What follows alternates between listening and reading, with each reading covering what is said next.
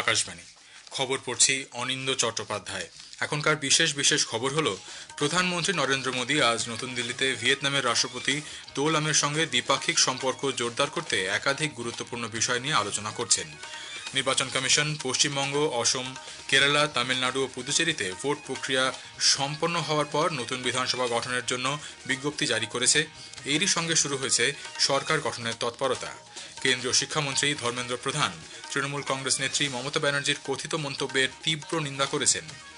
108টি আসন নিয়ে তামিলনাড়ু বিধানসভায় একক বৃহত্তম দল হিসেবে টিভিকে আত্মপ্রকাশ করেছে। সংখ্যাগরিষ্ঠতা অর্জনের জন্য আরও 11 জন বিধায়কের প্রয়োজন।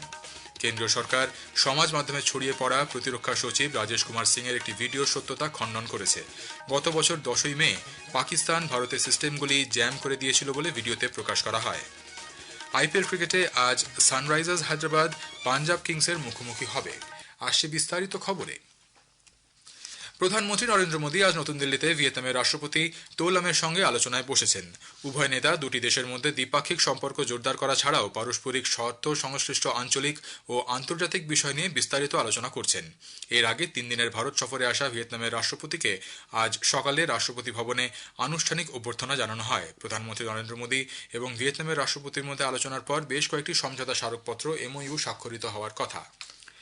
প্রধানমন্ত্রী নরেন্দ্র মোদী মধ্যপ্রদেশ, রাজস্থান, উত্তরপ্রদেশ, কর্ণাটক, অন্ধ্রপ্রদেশ এবং তেলেঙ্গানার 19টি জেলার রেল প্রকল্পে মন্ত্রিসভার অনুমোদনকে স্বাগত জানিয়েছেন। সমাজ মাধ্যমে এক বার্তায় প্রধানমন্ত্রী বলেছেন, এই প্রকল্পগুলি দেশের অর্থনৈতিক অগ্রগতি এবং পরিকাঠামোগত উন্নয়নে অত্যন্ত গুরুত্বপূর্ণ ভূমিকা নেবে।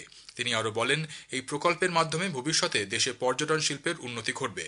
শ্রী মোদী সুপ্রিম কোর্টে বিচারকের সংখ্যা 33 থেকে বাড়িয়ে 37 করার মন্ত্রিসভার সিদ্ধান্তেরও প্রশংসা করেন। তিনি বলেন, এই সিদ্ধান্ত দেশের বিচার বিভাগীয় পরিকাঠামোকে শক্তিশালী করবে এবং জনগণের জন্য দ্রুত ন্যায় বিচার সুনিশ্চিত করবে।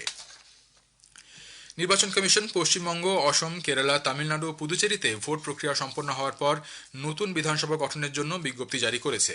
4 রাজ্যের রাজ্যপাল ও পুদুচেরির উপরাজ্যপালের কাছে কমিশনের এই নির্দেশিকা ইতিমধ্যেই পাঠিয়ে দেওয়া হয়েছে। এর ফলে রাজ্যে নতুন সরকার গঠনের পথ প্রশস্ত হল। উল্লেখ্য, পশ্চিমবঙ্গে বর্তমান বিধানসভার মেয়াদ শেষ হচ্ছে আগামীকাল 7ই মে। এদিকে নির্বাচন কমিশন সূত্রে জানা গেছে, ফলাফল প্রকাশের পর এই বিজ্ঞপ্তি জারির মধ্য দিয়ে কমিশনের দায়িত্ব আপাতত সম্পূর্ণ হল। অবাধ ও শান্তিপূর্ণ পরিবেশে এবার ভোট নেওয়া হয়। ভোট গ্রহণ থেকে গণনা পর্যন্ত গোটা প্রক্রিয়ায় সুষ্ঠু ও স্বচ্ছ ছিল বলে কমিশন জানিয়েছে।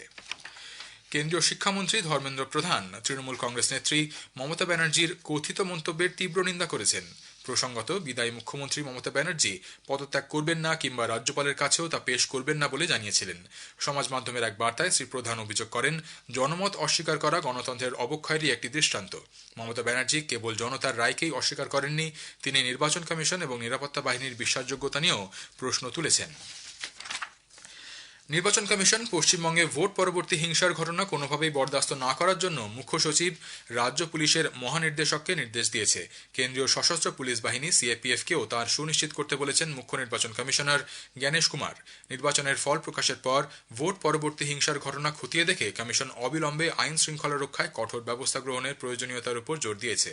মুখ্য নির্বাচন কমিশনার ভয় দেখানো ও আতঙ্ক ছড়ানো, জোর করে হিংসাত্মক কাজে লিপ্ত করা ও সংঘর্ষ ও পাল্টা হামলা প্রতিরোধে সব রকম ব্যবস্থা গ্রহণের জন্য রাজ্য প্রশাসন ও নিরাপত্তা সংস্থাগুলিকে নির্দেশ দিয়েছেন।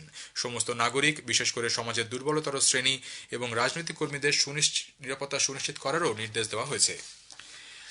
আসামে বিধানসভা নির্বাচন প্রক্রিয়া সম্পন্ন হওয়ার পর গুয়াহাটির রাজভবনে আজ মুখ্যমন্ত্রী হিমন্ত বিশ্ব শর্মা রাজ্যপাল লক্ষণ প্রসাদ আচার্যের কাছে তাঁর পদত্যাগপত্র পেশ করেছেন। এই পদত্যাগের ফলে রাজ্যে নতুন সরকার গঠনের পথ প্রশস্ত হল।